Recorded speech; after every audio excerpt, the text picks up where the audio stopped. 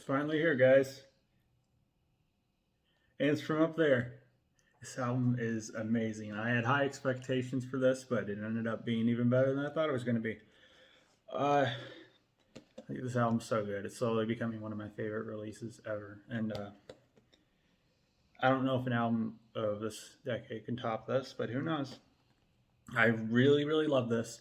The moment I saw the song Basketball Shoes would be on this, I pre-ordered it immediately. Like the split second I saw Basketball Shoes on it, I was like, I'm getting this. I'm getting the deluxe version. I also bought the blue version and I was like, maybe, I don't know. The blue version is coming. My aunt bought it for me for Christmas, but it is coming at some point.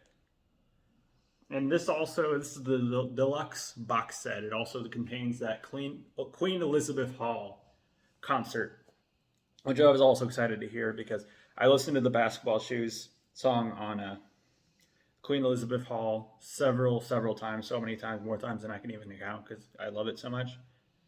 On here, I'll explain it a bit when I get into this stuff. So this is the inside of it. It has and this really cool painting, one of the coolest looking cover arts I've ever seen. I gotta say. First, before we get into the booklet, I'm going to show you the prints. So these are the prints. This is for Chaos Space Marine, and it's probably my least favorite. Actually, it's still a great song, but it's not my least favorite on the album, but it's one of the weaker songs, but it's still a great song. It's Concord, amazing song. I listened to this so many times when it came out. It's such a good song. Bread Song, which is another great song.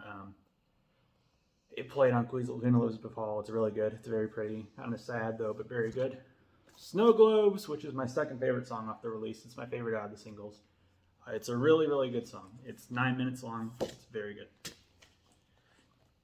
Now, I definitely think this is better than For the First Time. I had very high expectations for this, and it ended up exceeding my expectations. There's not a song on this I don't like. This is the intro, and Isaac left the band, unfortunately. I hope he's doing fine. He said it was for his mental health, so that's understandable. You got to take care of yourself, you know. He's only 21. He's younger than me, so I can imagine that would be hard on him. But you will be missed, man. You're a fantastic songwriter, really good guitarist. You can be a very good vocalist, and your voice kind of cracks a bit, but you're still a pretty good vocalist, I'd say. Very talented guy. I don't think it should be up to us. I think he should decide whether or not he wants to join the group again. If he doesn't, that's fine. But if he does, that's cool. We get to see him more. But here we go.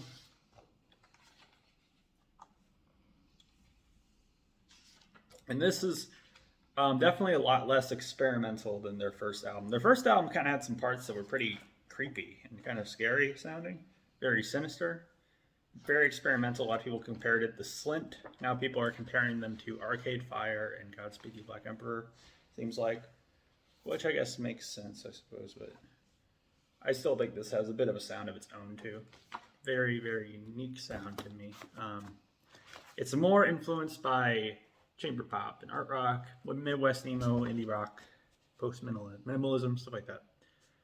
It still has that post-rock sound. Still definitely very much a post-rock release, I'd probably say. Okay,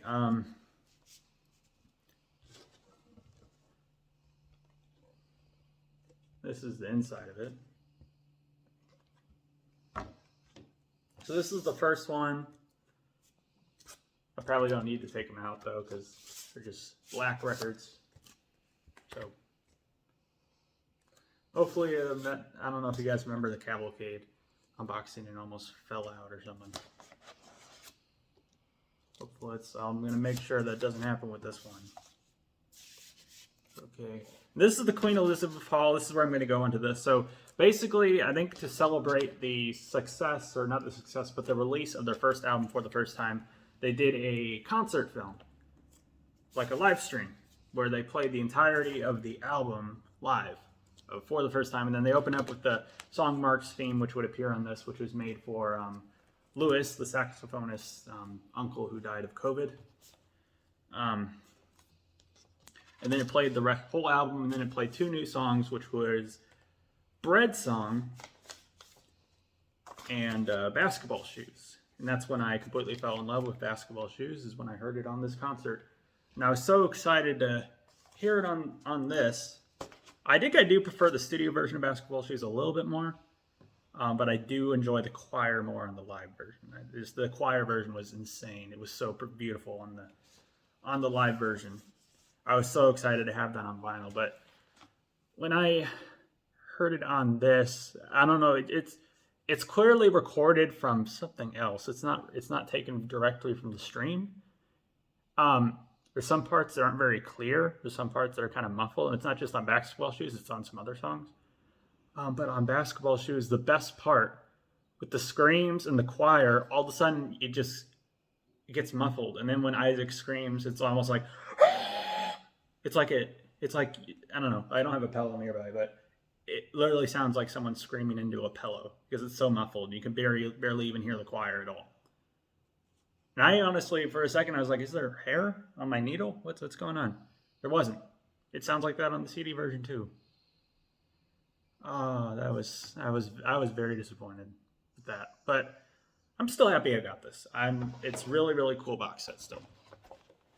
I'm just probably not going to listen to the Queen Elizabeth Hall thing as much as I thought it would. There's also a bit of some stuff at the end with the audience where they applaud and start talking and cheering and stuff like that. There's that, which is kind of cool, but oh, I can't believe you do that to the best part of the song. That part was beautiful, man. But yeah, this is a fantastic album. I've listened to this so many times. I still haven't gotten tired of it. I don't think I will get tired of this. This is definitely becoming one of my favorite releases ever. This is such a good album. It's almost like a perfect album to me. It's a very, very, very good release, and I really recommend you people check it out, okay? I am just blown away by this. I just think it's such a beautiful album. It has great songwriting, some great instrumentation, just great guitar work, just very unique with the saxophones and all this other stuff. Isaac Wood really delivers on this. He's such an energetic vocalist. It's just crazy. I just thought this was a really great release. I was just blown away. I've loved every song on this.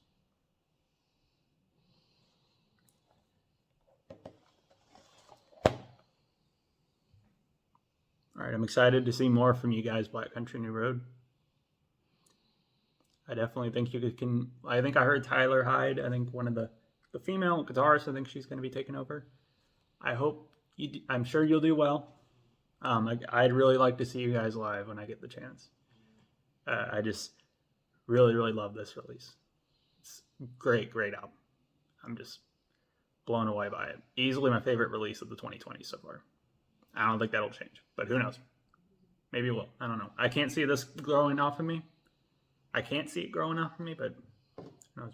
I can't see it growing off of me because I just am in love with this release. Anyways, thank you guys for watching. Bye.